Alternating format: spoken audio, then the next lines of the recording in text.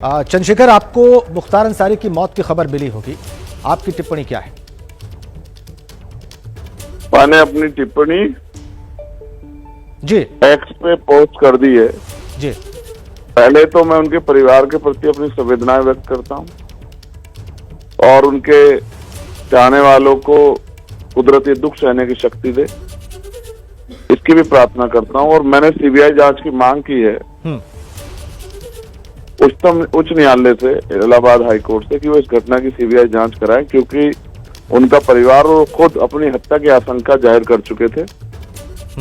फिर इतनी लापरवाही और हमने सबने पिछले 4-5 दिन में देखा किस तरह से उनको स्लो पॉइजन दिया गया, जहर दिया गया।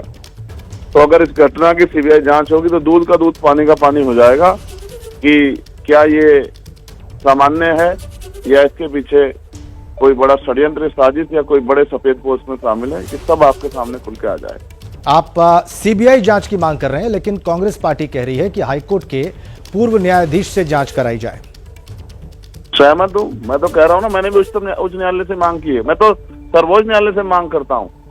अगर किसी ने कोई अपराध किया तो उसके लिए कोर्ट है। क्या तो उत्तर प्रदेश सरकार और केंद्र सरकार इन कोर्टों को ताले लगवा दे और इन सारे जजों को घर वहां कोर्ट से हटा के घर बिठा दे, या फिर अपने आप में अगर सब कुछ करने का मन है, जो कि हम देख रहे हैं उत्तर प्रदेश में किस तरह का लॉ एंड ऑर्डर है, ये आपसे मुझसे किसी छिपा हुआ नहीं है।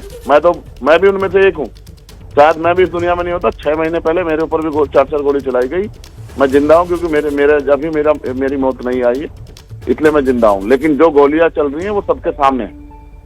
मेरा भी नाम शायद इन्हीं लिस्टों में होता, जहाँ मुख्तार भाई का, जहाँ अतीक भाई का, तमाम लोगों का जिनके नाम है, जिनको गोलियां चला चला के सरेआम मारा गया। और ये मारने वाले लोग ये बच्चे हैं, नाबालिग बच्चे, उस तरह के लोग हैं जिन्होंने बहुत सारी चीजें की। तो मैं इसलिए चंद्रशेखर भाई सामान्य डेथ नहीं मानता हूँ।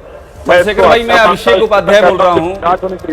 चंद्रशेखर भाई, मैं अभिषेक उपाध्याय बोल रहा हूं। आपसे मेरा एक सवाल ये है चंद्रशेखर भाई, आप ये कह रहे हैं, जो आपकी बात मैं सुन रहा हूं, आप ये कह रहे हैं इसकी सीबीआई जांच होनी चाहिए। आप मुझे एक बात ये बताइए कि आखिरकार आपको ये क्यों लग रहा है कि इसमें एक आपराधिक साजिश है? आपने अपना भी जिक्र किया, जब आपके ऊपर अटैक हुआ था, मैंने आपका इंटरव्यू भी किया था उस समय आकर के, तब भी आपने ये बात कही थी। तो आखिरकार आपको ये जो चीजें लग रही हैं, इसकी वजह क्या है और इसका क्या असर आप देखते हैं, क्योंकि लोकसभा के चुनाव सामने है इस समय? चंद्रशेखर भाई देखिए, आप नहीं जानते मुख्तार अंसारी कहाँ थे।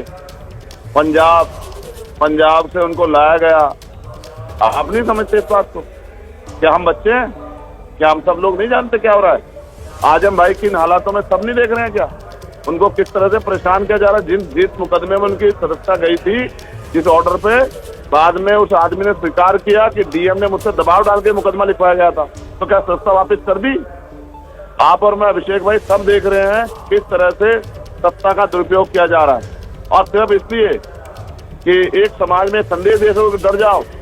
ये भारत है, हर जाति धर्म के लोगों का खून शामिल है इस देश की मिट्टी में। इस देश की आजादी में कोई किसी एक जाति, किसी एक धर्म के लोगों ने आजादी नहीं दिलाई।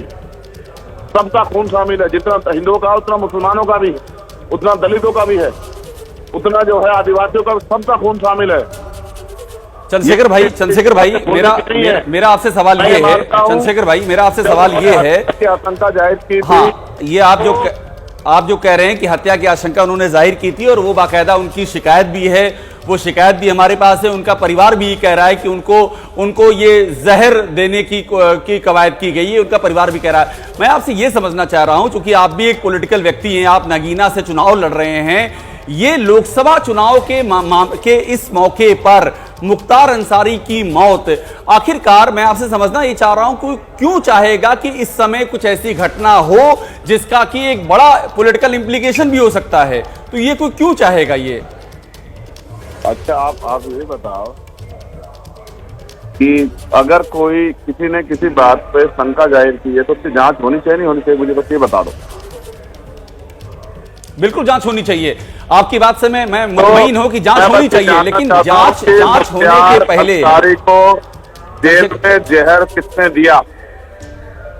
मैं जेल रह गया हूँ 16 महीने, 2 बार तिहाड़ काट के आया हूँ। मैं जानता हूँ जेल एक ऐसी जगह है जो सरकार के कंट्रोल में होती है। आदमी अपनी मर्जी से बंद नहीं होता, उसमें अंदर कुंडा नहीं होता है। जेल का जो अटगड़ा होता है वो बाहर से बंद होता है, अंदर से नहीं बंद होता है। जब चाहे मर्जी आप रात को खोल दो उसको। चंद्रशेखर भाई, एक बात मुझे बताइए कि आप चूंकि सीबीआई जांच की मांग कर रहे हैं, तो क्या सीबीआई की जांच के होने तक आपको या जो भी संदेह कर रहे हैं उनको इंतजार करना चाहिए कि जांच हो और दूध का दूध और पानी का पानी हो जाए, या पहले से किसी नतीजे पर पहुंचने जैसी बात इसमें है? मैं तो जांच ही की मांग कर रहा हूँ ना, मैं जज थोड़ा ही हूँ। मैं तो कह रहा हूँ भारत में न्यायपालिका की जरूरत अब खत्म ही होगी है, क्योंकि बुलडोजर अपने आप चले जाते हैं घर पे। अब तो न्याय गोलियों से होने लगा है उत्तर प्रदेश में, इसलिए न्यायपालिका की जरूरत नहीं है। इस न्यायपालिका को बंद करके जजों को घर बिठा देना चाहिए, क्योंकि सरकारें फैसला लेंगी और सरकारें पक्षपाती होती है नहीं होती, ये आप और मैं बेहतर जानते हैं। सरकारें जिन पार्टियों से जिनकी सरकारें होती है उनके हिसाब से काम करते हैं। चंद्रशेखर भाई, मैं आपकी जानकारी में दो बातें और ला दूं। समाजवादी पार्टी ने बाकायदा एक ट्वीट किया है और शोक जाहिर किया है मुख्तार अंसारी की मौत पर। समाजवादी पार्टी के ऑफिशियल हैंडल से ट्वीट किया गया है। काम पूरा हो गया उनका करके काम। ऐसा क्यों कह रहे हैं आप? उनकी जिम्मेदारी अदा होगी है। नहीं, पर अफजाल अंसारी तो उम्मीदवार हैं समाजवादी पार्टी के गाजीपुर से, ये आप भी जानते हैं। मैं तो बहुत कुछ जानता हूं। मैं तो ये भी जानता हूं कि अब नेताओं को पल्ला झाड़ना है, जो होना था वो हो गया।